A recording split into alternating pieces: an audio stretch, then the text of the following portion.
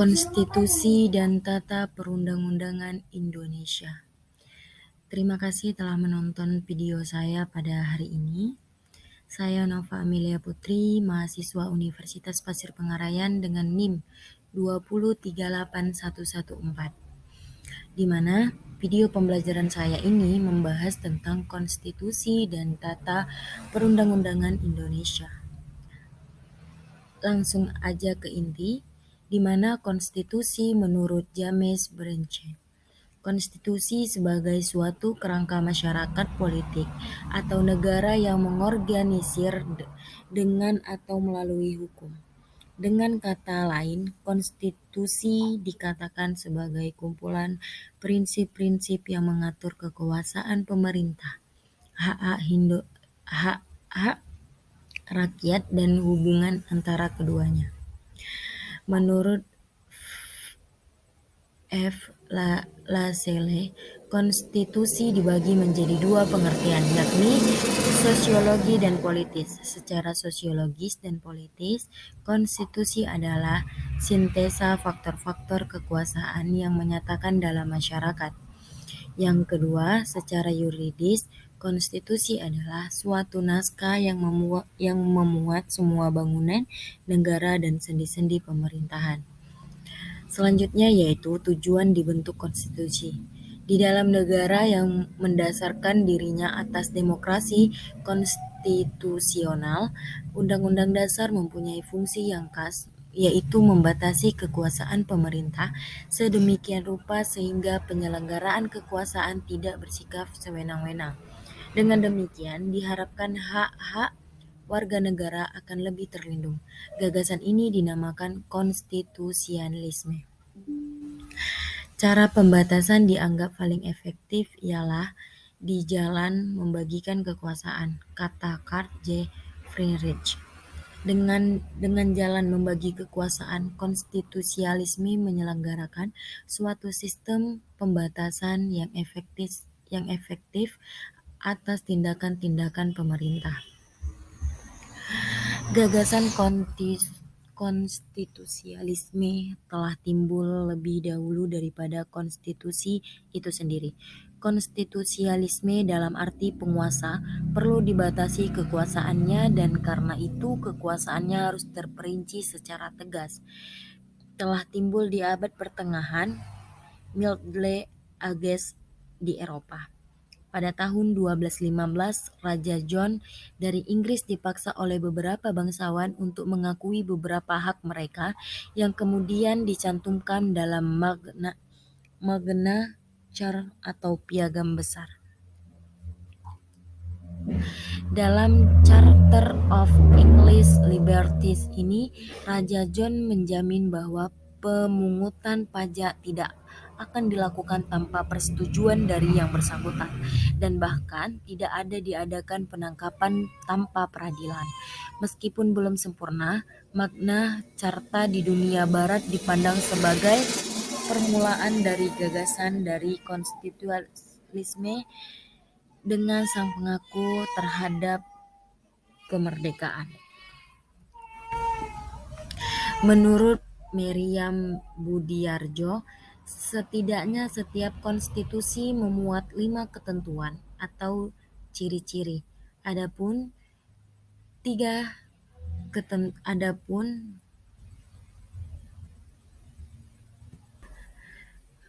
Menurut Merriam-Webster, setidaknya setiap konstitusi memuat 3 ketentuan. Adapun 3 ketentuan tersebut adalah: 1. Organisasi negara, misalnya pembagian kekuasaan antara badan legislatif, eksekutif, dan yudikatif dalam negara federal. Pembagi kekuasaan antara pemerintah negara-negara, prosedur menyelesaikan masalah penyelenggaraan yurisdiksi oleh salah satu badan pemerintahan, dan sebagainya. Yang kedua, hak-hak asasi manusia atau biasa disebut Bill of Rights untuk berbentuk naskah tersendiri. Yang ketiga, prosedur mengubah Undang-Undang Dasar. Yang keempat, ada kalanya memuat larangan untuk mengubah sifat tertentu dari Undang-Undang Dasar. Hal ini biasanya terjadi apabila penyusun Undang-Undang Dasar ingin menghindari terulangnya kembali hal-hal yang baru saja terrelasi, seperti misalnya munculnya seorang diktator atau kembalinya suatu monarki. Misalnya, Undang-Undang Dasar Jerman melarang untuk mengubah sifat feodalisme dari Undang-Undang Dasar. Oleh karena itu, dikhawatirkan oleh sifat unitarisme dapat melicinkan jalan untuk munculnya kembali seorang diktator seperti Hitler.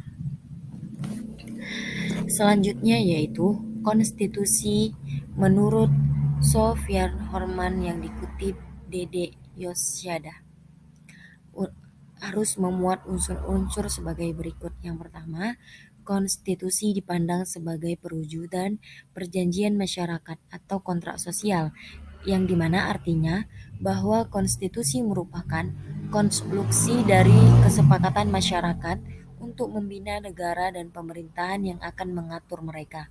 Yang kedua, konstitusi sebagai piagam yang menjamin hak-hak asasi manusia dan warga negara sekaligus menentukan batas-batas hak dan kewajiban negara dan alat-alat pemerintahannya. Yang ketiga, konstitusi sebagai forma regimisme, yaitu kerangka bangunan pemerintahan. Selanjutnya yaitu tata perundang-undangan, yang dimana tata urutan peraturan perundang-undangan di Indonesia terdiri dari beberapa jenis. Hal ini diatur dari Pasal 7 Ayat 1 Nomor 12 Tahun 2011 terkait jenis peraturan perundang-undangan, yakni Undang-Undang Dasar Negara yang pertama, Undang-Undang Dasar Negara Republik Indonesia tahun 1945. Yang kedua, Ketetapan Majelis Permusyawaratan Rakyat. Yang ketiga, Undang-Undang dan Peraturan Pemerintah pengganti Undang-Undang. Yang keempat, Peraturan Pemerintah. Yang kelima, Peraturan Presiden. Yang keenam, Peraturan Daerah. Peraturan daerah terbagi menjadi dua, peraturan daerah provinsi dan peraturan daerah kabupaten atau kota. Dari buku pengantar ilmu hukum oleh Tahmi Rusli, Dari buku pengantar ilmu hukum oleh Tahmi Rusli, undang-undang adalah peraturan negara yang tertinggi dalam negara, yang memuat ketentuan tertentu pokok dan salah satu sumber dari peraturan perundang-undangan lainnya yang kemudian dikeluarkan oleh negara. Ketentuan yang tercantum pada pasal Undang-Undang 1945 adalah ketentuan tertinggi yang pelaksanaannya dilakukan dengan ketetapan MPR dan undang-undang.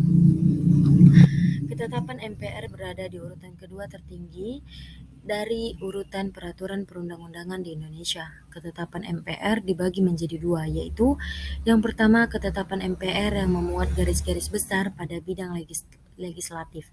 Yang kedua, ketetapan MPR yang memuat garis-garis besar dalam bidang eksekutif dilaksanakan dengan keputusan Presiden.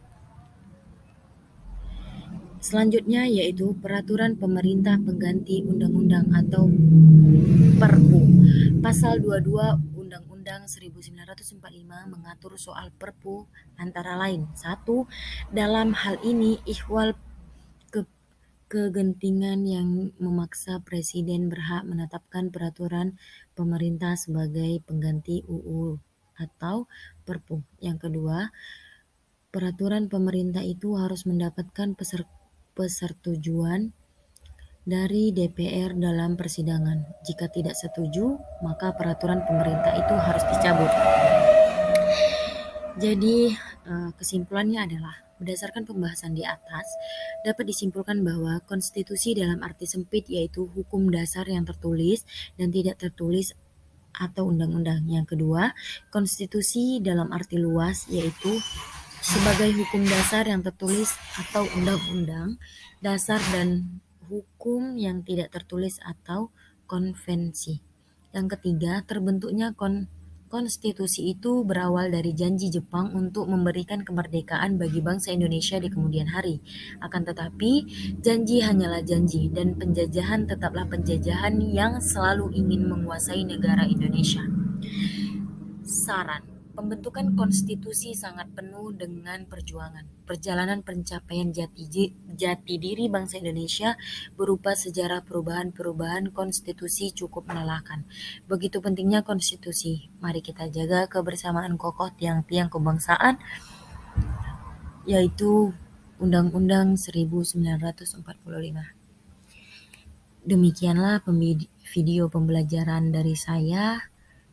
Kurang dan lebihnya saya mohon maaf. Bye-bye.